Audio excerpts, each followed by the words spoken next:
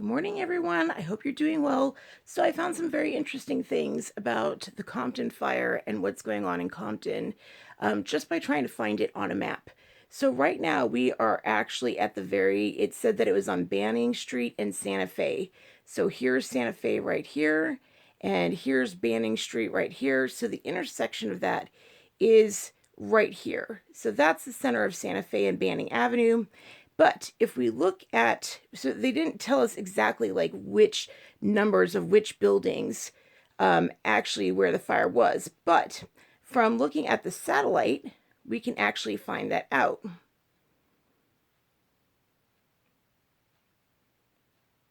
Here we go. So what we can see here is these are pretty much homes or small businesses, and their yards are pretty clean, as you can see there. And then same thing here if we're going to the east of Santa Fe Avenue. But if we go to the west, if we scroll on over here, we will find some very interesting things, especially if you watch anything like Aaron Brockovich or if you care about climate science and what they tell you to care about, which is pollution. So if you go into these businesses here, this is where they said it was a pallet fire. These are pallets. All of these things right here are pallets. So if you keep on scrolling, however, you'll find out that these are like a ton of industrial sites right here, and not exactly the cleanest industrial sites either. And especially this yard. This yard is looking really, really, really, there's pallets and pallets, but there's some really bad stuff like outer air chemicals. And I thought it was interesting. I started looking up BASF and I found some really crazy thing like this here. Sadly, what you're seeing here is a lot of photoshopping. So Google's even worse. Here is definitely when they have things like this. This means you see it in China. This is what I'm used to seeing in China. This is when they're covering up a chemical spill here, this dark area. That's typically what that means. So when I go south of Banning Street, however, I find kind of the same thing, some yards. You can tell it's industrial. But my biggest point in all this with these pallets here, the biggest point in all of this is that as you scroll through these areas and you find these dumping yards, these pallets, and these not very well kept buildings, these are typically the kind of pictures that you find in third world cities. These are not great yards. These are really, this is usually downtown LA. Look at these roofs, like rooftops. This is scary living right here. This is very, very scary as far as what actually is safe in these areas. So Beirut actually had a nice report from what I saw. So the question, look at all those chemicals on this ground right here. And so what I found interesting about all of this, and this is like the cleaned up picture. Look at this stuff. Like this is not good, you guys. Like that is bad, bad stuff. So it just keeps on going. Not good. Lots of having to clean it up. And I found out, like I said, that BASF is there. So these industrial yards with these piles that they have around, really unsafe, pollution everywhere, buildings not kept well. And basically, these people are getting I should say these companies are getting a pass on code inspections, code safety, all the climate change regulations that are put in place for the rest of the world, especially America, especially Midwest and things like that. Clearly, Compton, LA does not have to abide by those climate change rules. I mean, they really locked down on I lived in California. They really locked down on you on the businesses there. You have to have permits for everything. But clearly, Compton has passes on all of these things. And here was the point I wanted to make about that, why this is interesting. Do you see this right here? Bethesda Temple. Yeah, that's a sign. I was like, okay, that's really odd to have right next to this huge industrial site. So I went ahead and started scrolling through, and I was shocked at what I found. So Bethesda Temple, I looked it up. Bethesda Temple is just it's basically, I don't know how you call it. It's some kind of Christian church. They say Jesus, a hip Jesus. Well, as you go through Compton, which keeps on going down in the south here, there's a school, but then there is just this slew. This is all Compton.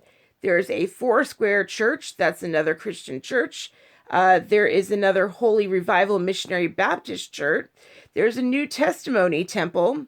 There's an Iglesia church. This is all within blocks of this industrial site. So we're at the 105. We're just south of the 105. The 105 leads, by the way, west towards LAX. So this is Crossroads Methodist, Macedonia Church of God, Sacred Heart Church. That's the what should we call it?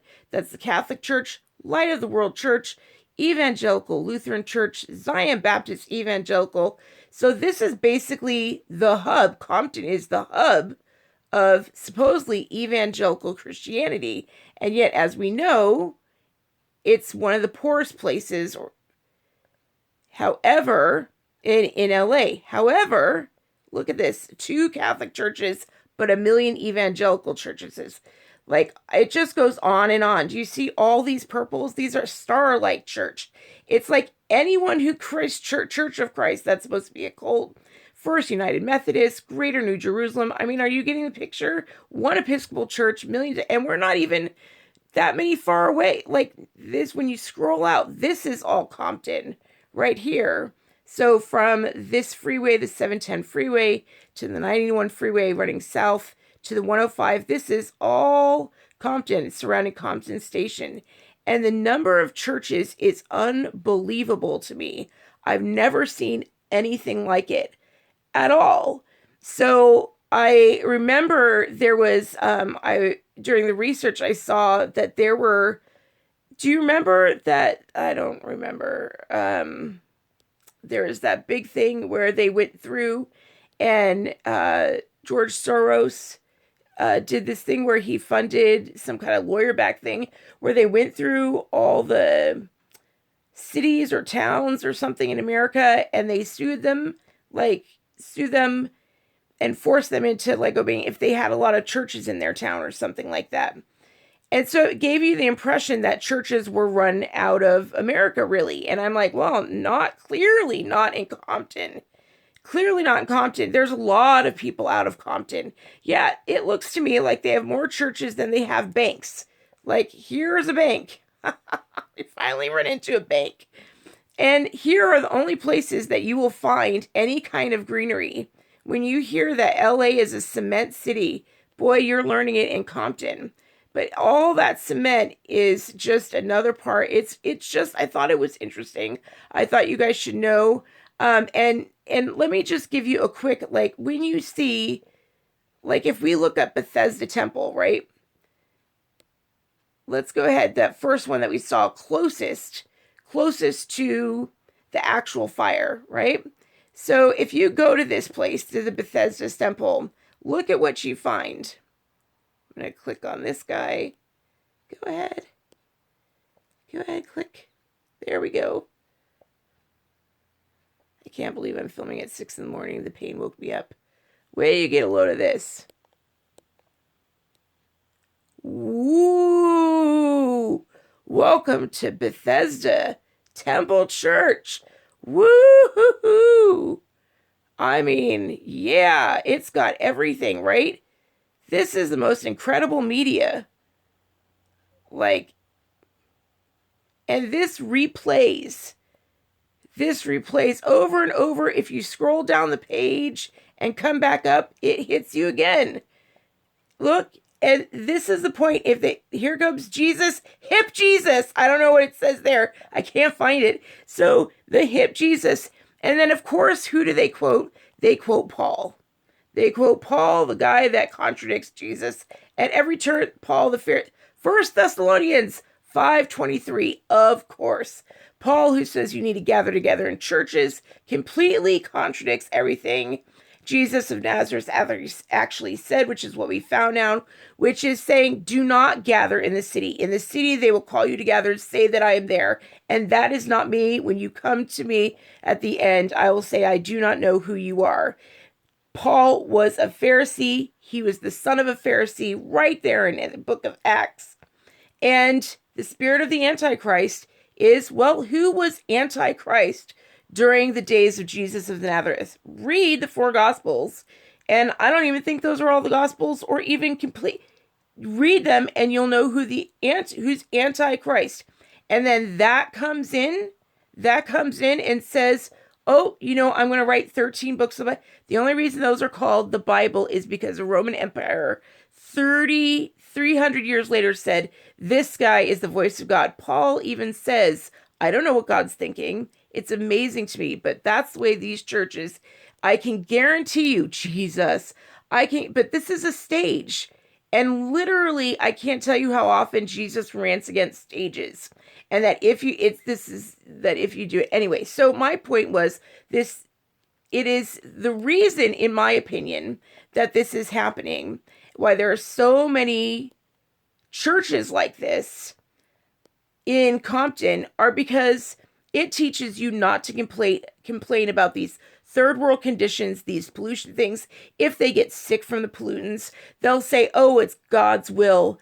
I mean, I can't even begin to tell you. And, we could talk about how you go into third world countries and you find a Catholic church and there's poverty around it. Well, this is just proof that, oh my gosh. Same thing. They knew Pontius Pilate wrote about how the Pharisees, they kept their people incredibly poor. He said he never seen people so poor as around the temple that the Pharisees kept, because they get 50% of their money. They taxed 50% of their money to the temple. And then Rome came along and did more taxes. So it's like modern day Sweden, 75% taxes. I can guarantee you that every one of these places taxes the heck out of them. And Jesus never talked about a tithe ever. That's something the Pharisees came up with. So this is just scary. And it's the reason I thought you would find that interesting. But I've never seen so many churches ever. And it's just, and it's the poorest place in the world, just like the Catholic Church in Latin America, in India. You know what I mean? You hear people go against organized religions, and I'm just like, I think Jesus was the leader in saying, going against organized religions. And looks like Compton is one of the headquarters in America. That's possibly the reason that it's actually called a gateway city for LA, a gateway city. No kidding. Tons of industrial waste. Tons.